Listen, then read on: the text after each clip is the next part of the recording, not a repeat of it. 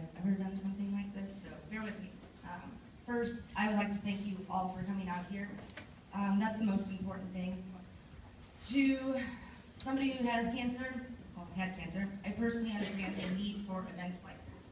The support that this gives the fighters and the survivors. From the bottom of my heart, I thank you for taking the time to be here this evening. I was diagnosed with stage 2 breast cancer 1 year, 4 months, and 27 days ago. It's a day I will never forget. In fact, all of the dates of this journey I won't forget. Every chemo, every biopsy, every diagnosis, every surgery, it's engraved in my brain. They're no longer dates, but cancerversaries. What are you doing? Sorry, we need the mouse to show your photos. Messing me up. Okay, so they're cancerversaries, chemoversaries, the day I cut off my boobs, surgeries, celebrating being NED, and remission celebrations. My life forever changed on June 26, 2013, 10 days after my 32nd birthday.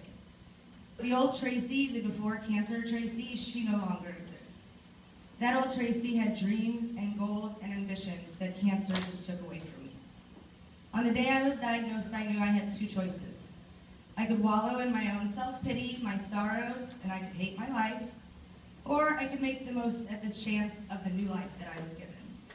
I had to go through it. Cancer was already there, so I chose to fight it. I chose love, kindness, and laughter because the big C obviously met its match. I can stand here and tell you every horrific, gory, terrible detail about what I went through.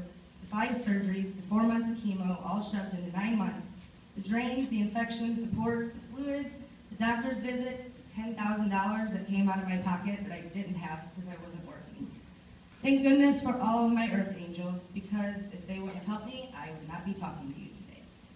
I don't want to discuss the horror of my journey. Instead, I want you to see how I found cancer to be a blessing. I allowed myself to feel, because after all, I'm human. I was about to lose my breasts, my uterus, my hair, my eyebrows, but I'm human. I was not going to lose my dignity, my sense of humor, or my smile. Cancer took a lot from me, but it was not going to take my attitude. That I wasn't going to let it touch.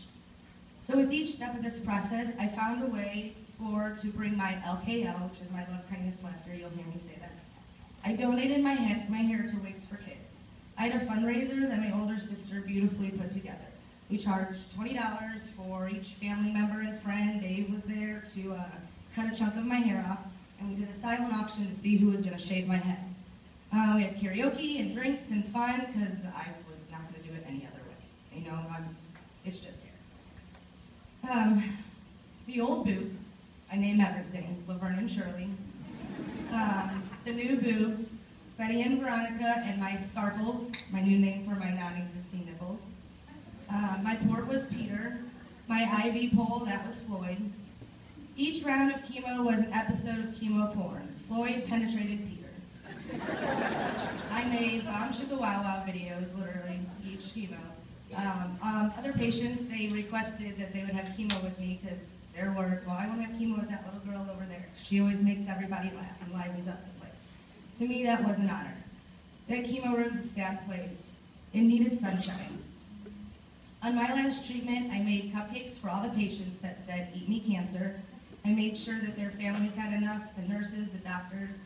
For all the doctors and nurses, I personalized thank you notes for each and every one of them. I made them all shot glasses that said "fuck cancer" with their name on the bottom, so when they had a bad day in the oncology office, they could go home and have a shot and say "fuck cancer."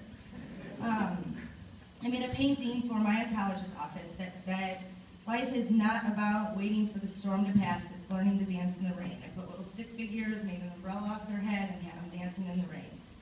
All my softball girls, they made me a really amazing care package. So everything that I didn't use, all the candy, anything I no longer needed, I gave to all the other patients.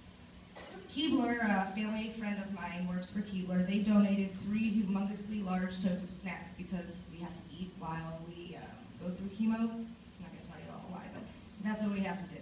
So I wanted to make sure that all of the patients and everybody was given back. I wanted to celebrate that last chemo. The doctors and the nurses who saved my life, and my fellow cancer fighters. When I lost my hair, it was awful, but I found a positive. I let kids draw in my head. I had a hair grow off with a newborn. I won. I learned how to make my eyebrows amazing. And then there's Instagram. Scream Queen 13. Come see me. I've got to thank them. Because I've met some of the most fan-fucking-tastic people on that site. My pink sisters and brothers, my family, children with cancer, fighters, survivors, friends, unbreakable bonds, my boyfriend. They're my rocks, my soldiers, my inspirations. The support and the love and the kind words, those things I would have never received without cancer. We support each other. There's always somebody who understands, and then I saw that I was gaining support. I was inspiring people with my LKL, so I couldn't stop now.